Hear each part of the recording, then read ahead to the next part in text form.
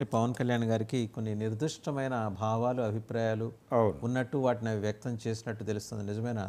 అంటే ఒకటండి, శ్వేతపత్రాలు పేరుతో ఏదైతే అసెంబ్లీలో చర్చ జరుగుతోందో, ఇక్కడ ప్రతిపక్షం లేదు. ప్రతిపక్షం లేకుండా అసెంబ్లీలో ఏకపక్షంగా శ్వేతపత్రాల మీద అభిప్రాయాలు చెప్పడం ఇదంతా కూడా గడిచినటువంటి 5 సంవత్సరాల జగన్మోహన్ రెడ్డి పాలనని రివ్యూ చేయడంతో పాటు ఆ సమయంలో శాసనసభలో మాట్లాడినవే మళ్ళీ ఇప్పుడు మాట్లాడుతున్నారు అనేటువంటి అభిప్రాయం పవన్ కళ్యాణ్ తన సర్కిల్లో ఎక్కడో మాట్లాడినట్టుగా ఒక వార్త బయటకు వచ్చింది. అంటే అది శ్వేతపత్రాల హడావిడి కొంచెం తగ్గించి పాలన మీదకి వెళ్ళిపోవడం బెటర్ ఏమో, టైం అయిపోయింది, మనం జనం గమనిస్తున్నారు మనని, ఇంకొంచెం సీరియస్గా మనం ప్రోగ్రాంలోకి వెళ్ళాలి. అలాగే ఆయన ఇంకొక ఇండికేషన్ ఇచ్చారు, మొహమాట పడద్దు, సీరియస్గానే ఉండండి, సీరియస్గానే యాక్ట్ చేయాల్సి ఉంటుంది. జగన్మోహన్ రెడ్డి గారి విమర్శలకి కానీ, లేదు ఆయన చేసేటువంటి యాక్టివిటీ మీద ఏదైనా చర్య తీసుకోవాల్సి ఉంటే, లేదు గత పాలనలో తప్పులు జరిగాయి అనేది ప్రూవ్ అయి ఉంటే చర్యలు తీసుకోవడానికి వెనుకాడద్దు, ఎవరినైనా అరెస్ట్ చేయడానికి కూడా వెనకాడాల్సినటువంటి అవసరం లేదు, అదంతా ఒక ప్రోగ్రామ్గా జరిగిపోవాలి. దాని గురించి లోపల కూర్చుని మాట్లాడుకోవటం వలన ప్రయోజనం ఏమిటి అన్న టోను దీనికి. అంటే ఇదైతే ఆయన ఓపెన్గానే మాట్లాడాడు, మొహమాటం ఏమీ పడాల్సిన అవసరం లేదు, అవతల వాళ్ళు తప్పు చేశారు అని తెలిస్తే చట్ట ప్రకారం చర్యలు తీసుకోవడానికి అదేదో కక్ష సాధింపు లాంటివి కూడా అనుకోవాల్సినటువంటి అవసరం లేదు, ఇటువంటి మొహమాటం లేకుండా ముందుకెళ్ళిపోవడం మంచిది అనే అభిప్రాయం చెబుతూనే, ఈ చర్చలు వలన ఏమిటి అంటే పదే పదే విమర్శించడం వలన ఏమిటి ప్రయోజనం, దానికంటే విలువైన సమయాన్ని మనం ఇంకేదైనా విలువైన పని చేయటానికి వినియోగిద్దాం అన్న టోన్లో ఒక అభిప్రాయం అయితే ఆయనకు ఉంది. ఆ అభిప్రాయాన్ని కొంత శాసనసభ వేదిక మీదే మాట్లాడాడు ఆయన, కొంత విడిగా తన సర్కిల్స్ దగ్గర మాట్లాడి ఉండొచ్చు. ఏదైనా కానీ ఆయన్ని కలుపుకుని వెళ్ళాలి అనేటువంటి ఉద్దేశంతో చంద్రబాబు నాయుడు గారు కూడా ఉన్నారు. ఆయన అక్నాలెడ్జ్ చేశాడు, దీన్ని కొంత భాగాన్ని అక్నాలెడ్జ్ చేశాడు ఆయన సభలోనే, చేసి అలాగే వెళ్దాం, అలాగే చేద్దాం అన్న టోన్లో మాట్లాడాడు. కానీ ఇంకొంచెం పాలనాపరమైనటువంటి సమస్యలు అనేకం ముందుకు వస్తున్నాయి, వాటి మీద దృష్టి పెట్టాల్సి ఉంటుంది. అలాగే హోంమంత్రి గారు మాట్లాడుతున్నటువంటి పద్ధతి కూడా, అది ఆవిడ మండలిలో మాట్లాడినటువంటి పద్ధతి, మండలి చైర్మన్ కొంచెం మందలించేదాకా వెళ్ళిన పరిస్థితి, ఇవన్నీ కూడా గమనిస్తున్నాడు ఆయన. పవన్ కళ్యాణ్ గమనిస్తున్నాడు ఏం జరుగుతోంది అనేది. అయిపోయింది, ఒక హనీమూన్ పీరియడ్ అయిపోయిన తర్వాత సాధించాం, మేము ఏదో చేసేసాం అనేది కొంచెం పక్కన పెట్టి జనాలు ఎందుకు మనకి అధికారం ఇచ్చారు అనేది ఆలోచించుకుంటే బాగుంటుంది అన్న టోన్లో అన్ని శాఖలకి, అలాగే టోటల్గా గవర్నమెంట్కి ఒక ఇండికేషన్ అయితే ఇవ్వదలుచుకున్నాడు ఆయన స్పష్టంగా. విమర్శలు, దాడులు ఇవి కొంచెం పక్కన పెట్టి సీరియస్గా పరిపాలన మీద దృష్టి పెట్టండి. జనాలకు మనం అనేక హామీలు ఇచ్చున్నాం ఎన్నికల్లో, ఆ హామీల అమలు ఏమిటి, దానికి సంబంధించినటువంటి ప్రశ్నలు ముందుకు వస్తున్నాయి.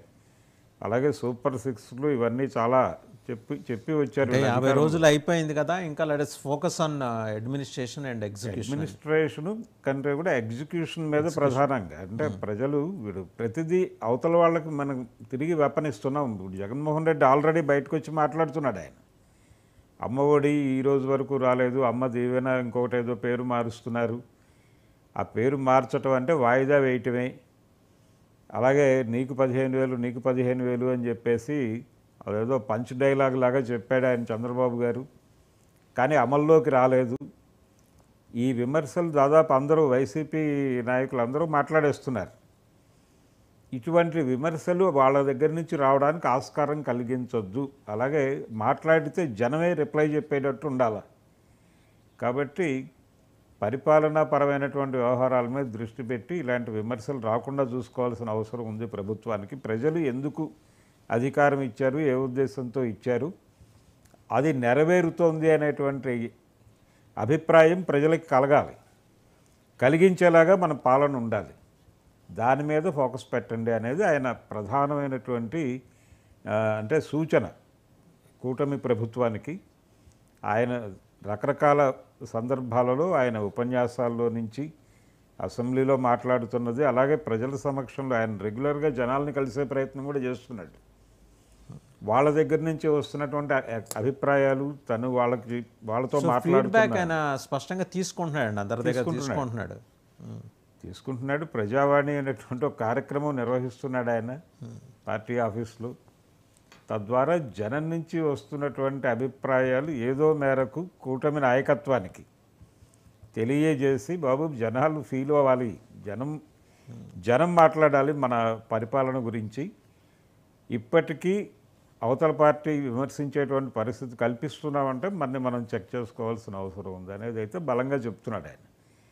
సో పవన్ కళ్యాణ్ ఒక రకంగా శాసనసభలో కనిపించని ప్రతిపక్షంగా అయితే వ్యవహరిస్తున్నాడు. ఓకే. అండ్ రెండోదండి, దీంతోపాటు వాలంటీర్లకి పేమెంట్స్, వేతనాలు అంటారా జీతాలు అంటారా? వేతనాలు అన్నట్టుగానే మాట్లాడాడు జగన్మోహన్ రెడ్డి గారు. గౌరవ వేతనం లాగా 5,000 రూపాయలు వేతనం వారికి. అంటే వారి యాక్టివిటీ ఏమిటి అనేది కన్ఫ్యూజన్లో ఉంది ఇప్పుడు. ఎందుకంటే ఈ పింఛన్ల పంపిణీ నేరుగా గ్రామ సచివాలయాల నుంచి జరుగుతోంది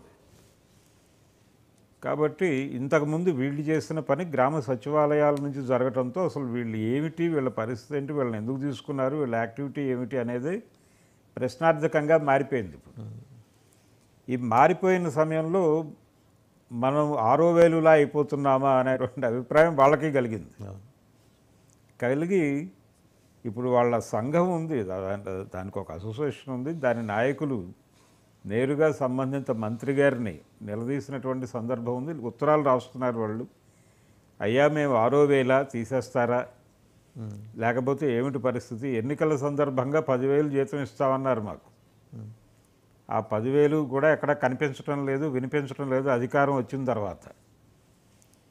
మా మీద చాలా ప్రచారాలు జరిగినాయి, అంటే అనేక విధాలుగా మేమేదో ప్రభుత్వానికి అనుకూలంగా వ్యవహరిస్తున్నాము అనే మా మీద ఒక అభిప్రాయం ఉంది గతంలో కూటమి నాయకత్వానికి, అప్పటి ప్రతిపక్షానికి. దీంతోపాటు మా మీద రకరకాల విమర్శలు కూడా వచ్చాయి.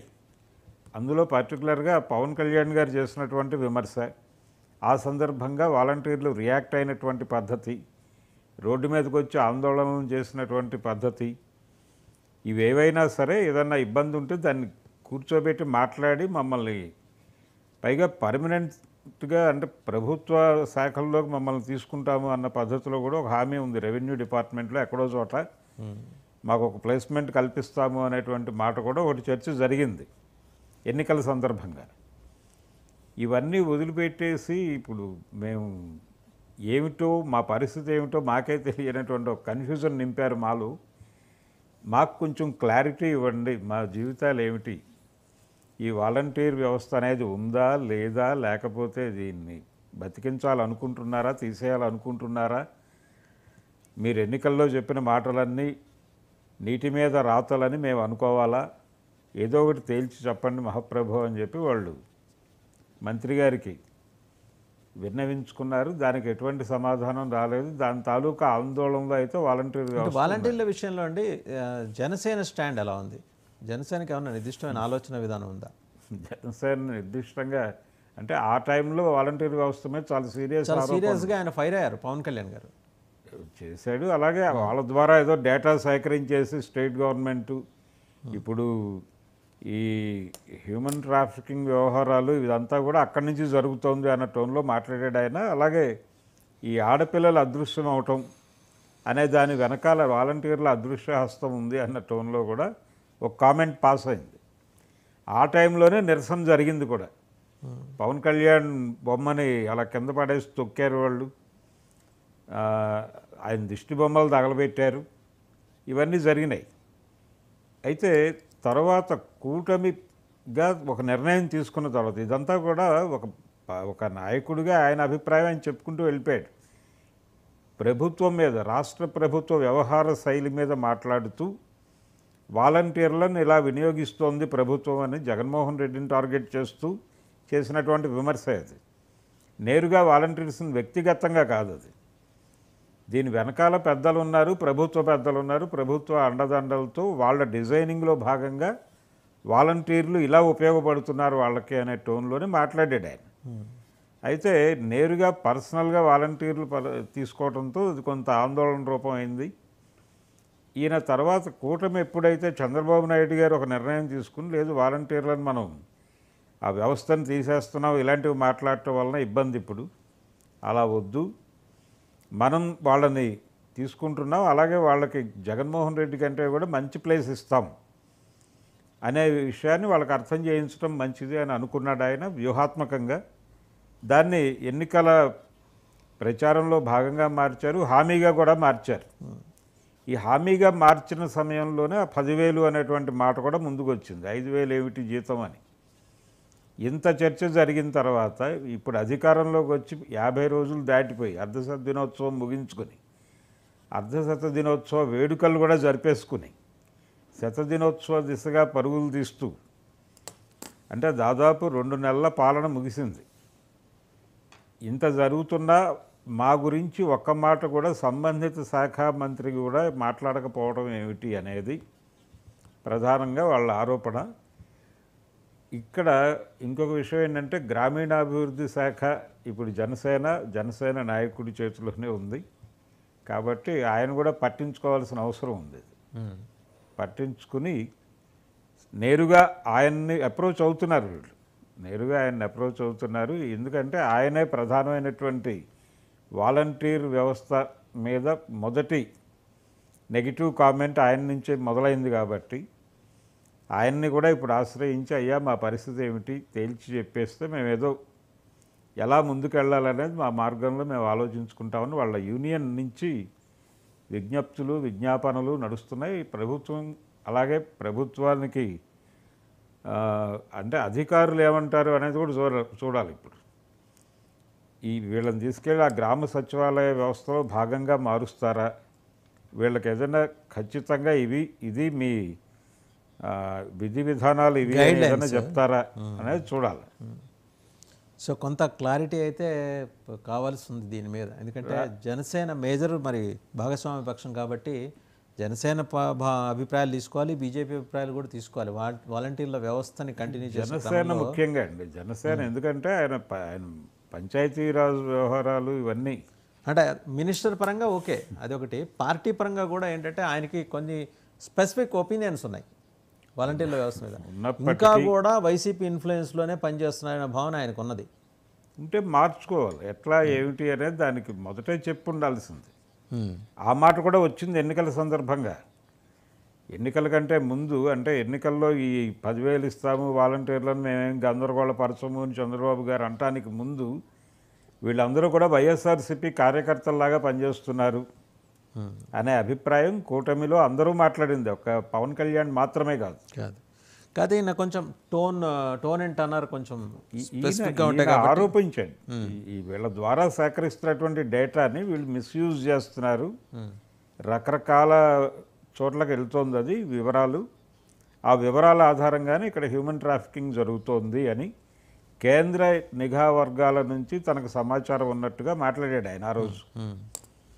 ఆ కేంద్ర నిఘా వర్గాలు ఏమంటున్నాయి, ఇప్పుడు బీజేపీ కేంద్రంలో అదే ప్రభుత్వం ఉంది, అలాగే నిఘా ఉంది, అలాగే రాష్ట్రంలో ఆ ప్రభుత్వంలో భాగస్వామిగా మారింది.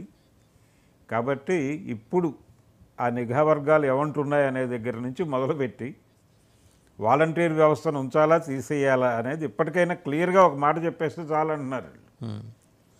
మమ్మల్ని ఉంచుతారా లేకపోతే మీరు ఎన్నికల్లో హామీ ఇచ్చింది అమలు చేస్తారా చేయరా, ఇప్పటికే ఎన్నికల హామీలు చాలా అమలు కావడం లేదు అనే అభిప్రాయం జనాల్లో ఉంది.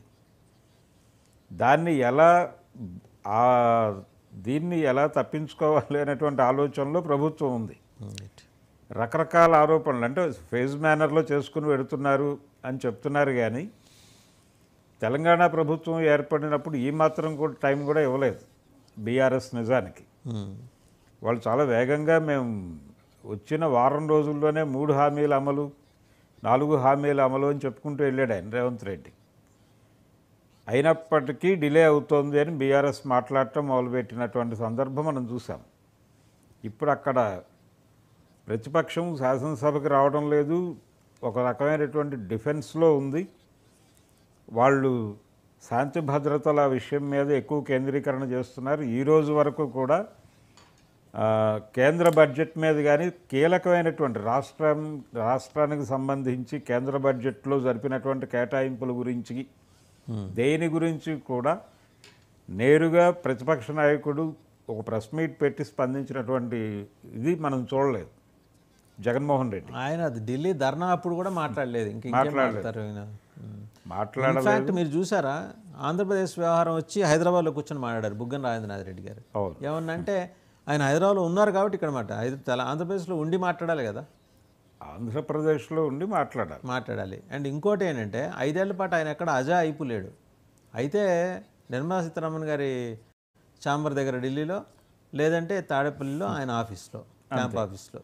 అలాంటిది హఠాత్తుగా హైదరాబాద్లో వచ్చి జ్ఞానబోధ చేస్తానంటే జనం రెడీగా ఉండరు కదండి వినటానికి. పార్టీ కార్యాలయంలో ఆయన అసెంబ్లీలో మాట్లాడారు ముఖ్యమంత్రి గారు శ్వేతపత్రం. మీరు బాధ్యత ప్రతిపక్షంగా వెళ్ళి అసెంబ్లీలో మాట్లాడాలి. 5 నిమిషాలు ఇస్తారా, 10 నిమిషాలు ఇస్తారా? ఇవ్వకపోతే బయటకు వచ్చి మాట్లాడండి, అసెంబ్లీ గ్యాలరీలోకి వచ్చి మాట్లాడండి. రక్షణాత్మక వైఖరి ఎందుకు అవలంబించాలి? మొదల నుంచి కూడా అట్లాంటి ప్రొటెస్ట్ కరెక్ట్ కాదు కదా. ఘర్షణాత్మక వైఖరి కాకుండా మీరు వాళ్ళు మాట్లాడిన దాని మీద ఇష్యూ బేస్డ్గా, బాబు మీరు చాలా అబద్ధాలు చెప్తున్నారు, ఇది ఇలా జరగలేదు అంటే ఏం మాట కావాలండి. ఆర్థిక మంత్రి పయ్యావుల కేశవ్ గారు time and again leader of opposition పిలిచారు. అయ్యా మీరు రండి, చర్చలో పార్టిసిపేట్ చేయండి. చాలా మర్యాదగా పార్లమెంటరీ వ్యవహారాల మీద సమగ్రమైన అవగాహన ఉన్నాయి ఆయన కేశవ్ గారు. చాలా పద్ధతిగా పిలిచారు. రెస్పాండ్ అవ్వాలి కదా, వచ్చి అక్కడ మాట్లాడాలి కదా అసెంబ్లీలో. అసెంబ్లీ నాకు అక్కర్లేదంటే చెరువు మీద వెళ్ళినట్టు కదా ఇది. ఇప్పటికీ అలాగే ఉంది పరిస్థితి, ఇప్పటికీ అలాగే ఉంది. అసలు ఆయన సభకి రాడు అని మొదట ప్రచారం తెలుగుదేశం వాళ్ళు చాలా బలంగా చేశారు. ఆయన హర్ట్ అయిపోయాడు. 11 అనే నెంబర్ ఆయనకి నచ్చలేదు. ఆయన డెఫినెట్గా సభకి రాడు. ఏదో పద్ధతిలో అంటే ఒక దశలో ఆయన రాజీనామా చేసి పార్లమెంట్కి వెళ్ళిపోతాడు. కడపకు ఉప ఎన్నికలు వచ్చేస్తాయి. కడప పార్లమెంటరీ స్థానానికి ఉప ఎన్నిక అవినాష్ రెడ్డి గారితో రిజైన్ చేయించి ఈయన అక్కడ కంటెస్ట్ చేస్తాడు. ఇలా ఈ కథనాలన్నీ వాస్తవమా అనుకునే పరిస్థితి వస్తుంది. ఇప్పుడు మళ్ళీ ఆయన అసెంబ్లీకి గైర్హాజరు రాకపోతే పట్టించుకోకుండా కూర్చుంటే ఇలా కాదు. ఇది ఒక రకంగా వాళ్ళు ప్రొటెస్ట్ చేయటం వేరు. ప్రొడక్టివ్ అపోజిషన్ రోల్లోకి వైసీపీ ఎమర్జీ కావాల్సినటువంటి అవసరం అయితే బలంగా ఉంది. బట్ వేరాస్ ఆయన క్యాడర్ వైపు నుంచి ఇంకో డిమాండ్ వస్తుంది, పొత్తుల మీద దృష్టి పెట్టాలి. ఎందుకంటే ఒంటరిగా వెళ్తే మనకి సర్వైవల్ కష్టం. నిజంగా అలాంటి పరిస్థితి ఉందండి. ఉందండి. క్యాడర్ నుంచి కొంచెం ఈయన ధోరణి మార్చుకోవాల్సిన అవసరం ఉంది. జగన్మోహన్ రెడ్డి గారు అంటే సింహం సింగిల్గా వస్తుంది అనేటువంటి అభిప్రాయంతో మాట్లాడితే అంటే మాట్లాడుకోవడానికి బాగుంటుంది, కానీ అది అన్ని వేళలా సాధ్యం కాదు. కొంత నలుగురిని కలుపుకుని వెళ్ళేటువంటి నేచర్ ఉండాలి. ఒక రకమైనటువంటి ఐక్య సంఘటన అనేది యుద్ధతంత్రంలో చాలా కీలకమైనటువంటి ఆయుధం. దాన్ని విస్మరించి వెళుతున్నాడు. అవతల వాళ్ళు ఆ ఐక్య సంఘటన ద్వారానే మనని దెబ్బ కొడుతున్నారు. చివరికి చంద్రబాబు నాయుడు గారు జగన్మోహన్ రెడ్డి ఒకవేళ ఐక్య సంఘటనలోకి వెళ్తాడేమో అని ఆయన ఐక్య సంఘటన కట్టడానికి అవకాశం లేకుండా ఒక్క పార్టీని మిగల్చలేదు ఆయన. ఏది మొన్న జరిగినటువంటి ఎన్నికల్లో కాంగ్రెసు కమ్యూనిస్టులు ఒక గ్రూప్గాను, అలాగే జనసేన బీజేపీ టీడీపీ ఒక గ్రూప్గాను ఏర్పడి ఈ 2 గ్రూపుల మధ్య అనుసంధానకర్తగా మళ్ళీ చంద్రబాబు నాయుడు గారు వ్యవహరించి జగన్మోహన్ రెడ్డి ఒకవేళ పొత్తు పెట్టుకోవాలనుకున్నా ఒక పార్టీ కూడా లేకుండా చేయగలిగాడు ఆయన. ఇది వైసీపీ క్యాడర్లో చాలా ఆందోళన కలిగిస్తోంది ఇప్పుడు. తద్వారా మొత్తం అన్ని వైపుల నుంచి జగన్ని టార్గెట్ చేయటం అనేది ఈజీ అయింది వాళ్ళకి. అలాగే ఎవరు ఏం మాట్లాడినా అది కూటమికి వరంగా పరిణమించింది. కాంగ్రెస్ పార్టీ నుంచి షర్మిల గారు చేసినటువంటి రోడ్ షోస్ని ప్రమోట్ చేసింది ఎవరు? దానికి గొంతునిచ్చింది ఎవరు? మీడియాగా ఉపయోగపడింది ఎవరు? కాబట్టి కాంగ్రెస్ నుంచి కావచ్చు, లేదు సునీతారెడ్డి గారు ఇండివిజువల్గా కావచ్చు, ఎవరు ఏం మాట్లాడినా అదంతా కూటమి ప్రచారంగా మారిపోయి అందరి ఓటు బ్యాంకులు కూటమి వైపు మొబలైజ్ అయిపోయి జగన్ కావాలా వద్దా అని ఒక రెఫరెండంగా మారిపోయి కూటమికి ఆ స్థాయి గెలిపొచ్చింది. కాబట్టి ఈ ఆయుధాన్ని నెగ్లెక్ట్ చేస్తున్నారు జగన్మోహన్ రెడ్డి గారు అనే పొత్తు అభిప్రాయం. అంటే ఆయన ఏమైనా ఎన్డీ కూటమి వైపు ఈల్డే అవకాశాలు ఉన్నాయా? ఎందుకంటే అంతా సవ్యంగానే జరుగుతుంది, అన్న రాజ్యసభ ఎంపీలు ఎవరు గోడ దాటరు, దోకరు అని అనుకుంటే వాళ్ళు 11 వీళ్ళు 4 15 మంది అనేది తక్కువ బలమేం కాదు. తక్కువ బలం అని కాదండి. ఇప్పుడు జనాలు భయపడుతోంది ఎక్కడంటే రేపు రాబోయే ఎన్నికలు 29 జమిలీ ఎన్నికలు అనుకుంటే 26 అంటే ప్రస్తుతానికి 5 ఏళ్ళు అనుకుందాం, అనుకుంటే 29 అనుకుంటే జమిలీ ఎన్నికలకు వెడితే దాని ముందుకి వెనక్కి కొంత అటు ఇటు జరగచ్చు. జరిగి జమిలీ ఎన్నికలకు వెళితే ఏమిటి పరిస్థితి? బీజేపీ బతకనిస్తుందా? ప్రాంతీయ పార్టీలని చంపేయటం అనేది కూడా ఒక ఎజెండా ఉంది అనే అభిప్రాయం చాలామందిలో ఉంది. ఈ టైంలో ఎన్డీఏ వైపు వెళ్ళే పరిస్థితి జగన్మోహన్ రెడ్డి గారికి లేదు. అంటే ఆయన బయట నుంచి ఏదో లోపాయికారి ఒప్పందాలు పెట్టుకోవాలి తప్ప దానిలో భాగస్వామి అయ్యేటువంటి అవకాశం లేదు. లోపలికి వెళ్ళటానికి తలుపులు మూసేసి ఉన్నాయి. చంద్రబాబు నాయుడు గారు రానివ్వడు ఆయన. ఇండియా కూటమి వైపు వెడితే ఎలా ఉంటుంది, ఇండియా కూటమి వైపు కొంచెం సీరియస్గా కదలచ్చు కదా అని క్యాడర్ ఇన్సిస్ట్ చేస్తోంది. దాంతోపాటు ప్రాంతీయ పార్టీల కూటమి లాంటిది ఏదైనా ఆర్గనైజ్ చేయటం లాంటి క్రియాశీలక పాత్ర ఏదైనా జగన్మోహన్ రెడ్డి గారు చేస్తే బాగుంటుంది. ఎలాగో ఆయన ఢిల్లీలో ధర్నా పేరుతో ఒక అడుగు వేశాడు. వేసినప్పుడు జాతీయ స్థాయిలో ప్రాంతీయ పార్టీల కూటమి లాంటిది ఏదైనా ఏర్పాటు చేయడానికి గతంలో తెలుగుదేశం పార్టీ ఇలాంటి చొరవ చూపించింది. అలాంటి పని ఏదైనా చేయటం ద్వారా ప్రాంతీయ పార్టీగా మన ఉనికిని మనం కాపాడుకోగలుగుతామా, అది ఒక్కసారి చెక్ చేస్తే బాగుంటుంది జగన్మోహన్ రెడ్డి గారు అనే ఉద్దేశంతో చాలామంది మాట్లాడుతున్నారు. ఆయనకు అర్థం చేయించే ప్రయత్నం కూడా చేస్తున్నారు. అలాగే సోషల్ మీడియాలో జగన్మోహన్ రెడ్డి గారు బలంగా నిలబడాలి అని కోరుకునేటువంటి చాలా ప్లాట్ఫామ్స్ మీద ఈ చర్చ జరుగుతోంది. వాళ్ళందరూ కూడా జగన్మోహన్ రెడ్డి గారికి ఏదో పద్ధతిలో చెప్పే ప్రయత్నం చేస్తున్నారు. బాబు, ఈ సింహం సింగిల్గా అనే రజనీకాంత్ గారి డైలాగు ఇంకా డైలాగ్స్ మానేయాలి, అవి మానేయండి ఒకటి. రెండోది, నేను మీట నొక్కాను నాకు ఓటు పడలేదు అనేది మర్చిపోండి. ఇప్పటికీ మీ పథకాలు వాళ్ళు ఇవ్వలేదు అనేటువంటి గోడు పెట్టద్దు జనం ముందుకు వెళ్ళి. అంటే ఈ పార్టీకి 4వ అమ్మఒడి రావాలి, ఈ పార్టీకి ఫీజు రియంబర్స్మెంట్ అయిపోవాలని ఈయన క్యాలెండర్ ఒకటి ఉంది. ఈ క్యాలెండర్ని టీడీపీ వాళ్ళు అమలు చేయట్లేదు అనే విషయాన్ని ఆయన జనం ముందుకు వెళ్ళి చెప్తున్నాడు పదే పదే. మీ క్యాలెండర్ వాళ్ళు అమలు చేయలేదు, అమలు చేయలేదని మీరెళ్ళి జనంతో చెప్పుకుని ఏమిటి ప్రయోజనం? ఇది కాదని కదా వాళ్ళు ఆల్టర్నేటివ్ క్యాలెండర్తో వచ్చింది. వాళ్ళ క్యాలెండర్ ఏమిటి, వాళ్ళ క్యాలెండర్లో ఉన్నటువంటి లోపాలు ఏమిటి, వాళ్ళ అమలులో ఉన్నటువంటి లోపాలు ఏంటి, అవి మాట్లాడండి మీరు. మీ క్యాలెండర్ వాళ్ళు అమలు చేయట్లేదు అనే గోడు వద్దు. ఇవన్నీ కూడా చెప్తున్నారు వాళ్ళు నెమ్మదిగా ఏదో పద్ధతిలో నాయకుడికి అర్థం చేయించి ఆయనకు ఒక దిశానిర్దేశం చేయాలి అనేటువంటి తలంపుతో అయితే క్యాడర్ ఉంది. ఆయన శ్రేయోభిలాషులందరూ ఉన్నారు. కానీ నాయకుడు వింటున్నట్టుగా ఎక్కడ కనబట్టలేదు ఆయన. అలాగే ఇంకొక ప్రధాన ఆరోపణ ఏంటంటే క్యాడర్ నుంచి ఆయన మీదకి వస్తున్నటువంటి ఆరోపణల్లో ఒకటి, సలహాదారుల్ని మార్చలేదు అనేది. జగన్మోహన్ రెడ్డి గారు ఇప్పటికీ ఎవరైతే మొన్న జరిగినటువంటి ఎన్నికల్లో ఓటమికి కారణమయ్యారో వాళ్ళ సలహాలతోనే ఈ రోజుకి అక్కడ కథ నడుస్తోంది. ఇది ప్రమాదం. సలహాదారుల్ని మార్చుకోకపోతే వచ్చే ఎన్నికల్లో కూడా కొత్త ఫలితాలు సాధించే అవకాశం ఉండదు. ఇప్పటికీ మన నడక పాతగానే ఉంది, కొత్త పద్ధతిలోకి మనం మారలేదు. ప్రపంచం అంతా మారిపోయింది, చాలా గందరగోళాలు జరుగుతున్నాయి. మన కేంద్రంగా రకరకాలుగా అభిప్రాయాలు కలిగి ఉంటున్నారు ప్రతి ఒక్కరు. అంటే ఇప్పుడు మొన్న ఇండియా కూటమి నుంచి కొన్ని పార్టీలు వచ్చి మద్దతు తెలియజేసినట్టుగా వ్యవహరించినాయి అక్కడ. నిజానికి ఏమిటి అని లోతుల్లోకి వెడితే వాళ్ళు కూడా చాలా వ్యూహాత్మకంగానే అక్కడికి వచ్చారనేది అర్థమైంది. ఎందుకో ఆయన అఖిలేష్ యాదవ్ని పంపించిందే కాంగ్రెస్ హెడ్ క్వార్టర్స్.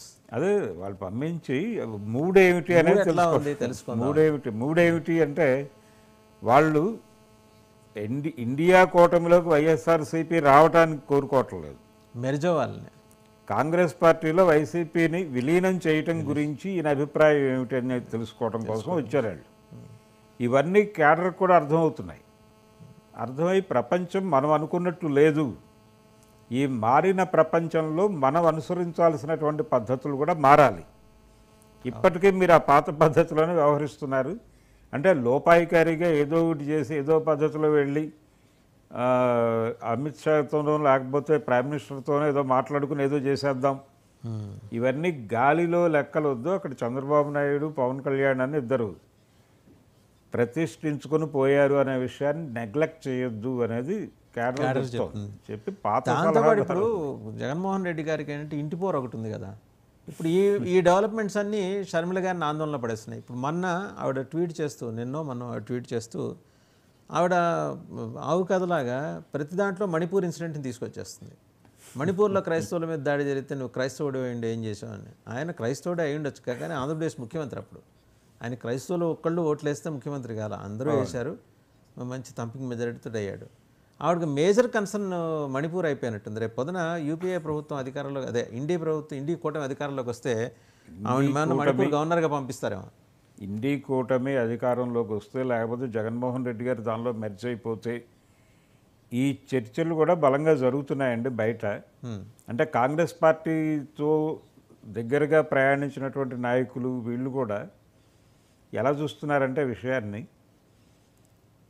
ఈవిడ ఒకవేళ జగన్మోహన్ రెడ్డి దానిలో మెర్జ్ అయిపోతే ఇమ్మీడియట్గా తెలుగుదేశం పార్టీలోకి వెళ్ళిపోయే ఛాన్సెస్ ఉన్నాయి అనేది, అంటే ఇది సెటిల్ అయ్యే వ్యవహారం కాదు అనేది వైఎస్ఆర్సీపీ క్యాడర్ కూడా అనుకుంటోంది. అవును, అంటే వీళ్ళ మధ్య ఉన్నటువంటి విభేదాలు అది పొలిటికల్ విభేదాలు మాత్రమే కాదు, పొలిటికల్ విభేదం కంటే కూడా రెండోది జగన్మోహన్ రెడ్డి గారు కూడా 2-3 ఇంటర్వ్యూస్లో మాట్లాడాడు. ఆయన ఎన్నికల సందర్భంగా ఈ షర్మిల గారి ప్రస్తావన వచ్చినప్పుడు ఆయన ఏదో కుటుంబానికి వారసత్వంగా ఒకే ఉద్యోగం అని ఒకటి ఉంటుంది, కాంపన్సేటరీ గ్రౌండ్స్ గురించి.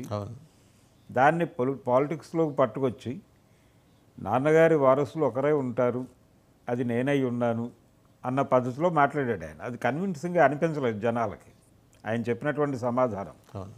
అలాగే దేవుడు నాకు అధికారం ఇచ్చింది, మా కుటుంబం వారికి మేలు చేయటానికి కాదు ప్రజలకు మేలు చేయటానికి అన్నాడు. అది కూడా పెద్ద కన్విన్సింగ్గా అనిపించలేదు. అవును, ఈ సమాధానాలు కన్విన్సింగ్గా అనిపించకపోవడమే షర్మిల గారికి కొంత బలాన్ని చేకూర్చింది.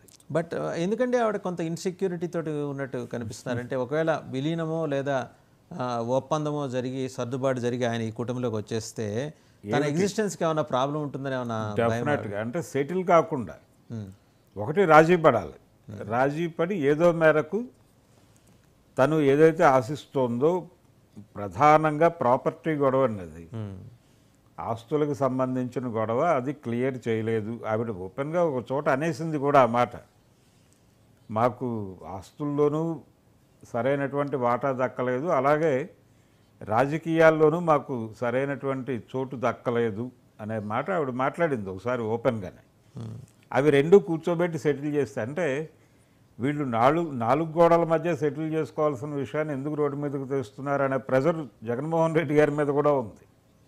మీరు తొందరగా ఇంటి పోరు తీర్చేసుకోండి, అది క్లియర్ అయిపోతే మనం చాలా వరకు బయటపడిపోతాం. మీ ఇంట్లోకి ప్రతిపక్షాలు అంటే ఈయనకి ప్రతిపక్షాలు ఇప్పుడు అవి అధికార పక్షంలో ఉండుండొచ్చు, కానీ వైఎస్ఆర్సీపీకి అవతల పక్షాలు వైరి పక్షాలు వాళ్ళు మీ ఇంట్లో రాజకీయాలు నడిపేటువంటి పరిస్థితి మీరు ఎందుకు ఇస్తున్నారు? మీ తలుపుల తాళాలు వాళ్ళ చేతుల్లో ఎందుకు పెడుతున్నారు? దయచేసి అలాంటి పద్ధతి మానేయండి అనే విషయం కూడా జగన్మోహన్ రెడ్డి గారికి క్యాడర్ చెప్పాలని బలంగా అనుకుంటోంది. రైట్, ఇవన్నీ పట్టించుకుంటాడా? పట్టించుకుంటే డెఫినెట్గా ఆయన పొలిటికల్గా ముందుకు వెళ్ళే అవకాశం ఉంటుంది. పట్టించుకోకపోతే పర్టికులర్గా 3 సలహాలండి. ఒకటి, ఇంటి పోరు తీర్చడానికి పక్క వాళ్ళకు అవకాశాలు ఇవ్వకండి ఒకటి. రెండోది, పాత సలహాదారుల్ని మార్చండి. మార్చి పాత పద్ధతుల్లో నడక మానేసి మారిన ప్రపంచాన్ని అర్థం చేసుకుని కొత్త వ్యూహంతో ముందుకి అడుగు వేయండి అనేది ఒకటి జగన్మోహన్ రెడ్డికి అర్థం చేయించాలనుకుంటున్నారు వాళ్ళు. ఏ మేరకు అర్థం చేసుకుంటాడు ఆయన? అలాగే అసెంబ్లీలో మీరు ప్రొడక్టివ్ అపోజిషన్గా ఉండండి, యాక్టివ్ అపోజిషన్ కాదు. ప్రొడక్టివ్గా ఉండి ప్రజలకి ఈయన ఉండటం ద్వారా మేలు జరుగుతున్నట్టుగా అనిపించాలి. అసెంబ్లీలో జగన్మోహన్ రెడ్డి గారు ఉండటం వలన ప్రభుత్వం ఈ తప్పులు చేసే అవకాశం లభించటం లేదు అని జనం ఫీల్ అయ్యేలాగా మీ ప్రవర్తన ఉండాలి అసెంబ్లీలో. ఇలా డిజైన్ చేసుకుని అడుగు ముందుకు వేస్తే మిమ్మల్ని డెఫినెట్గా తిరిగి ప్రజలు అధికారంలోకి తీసుకొస్తారు.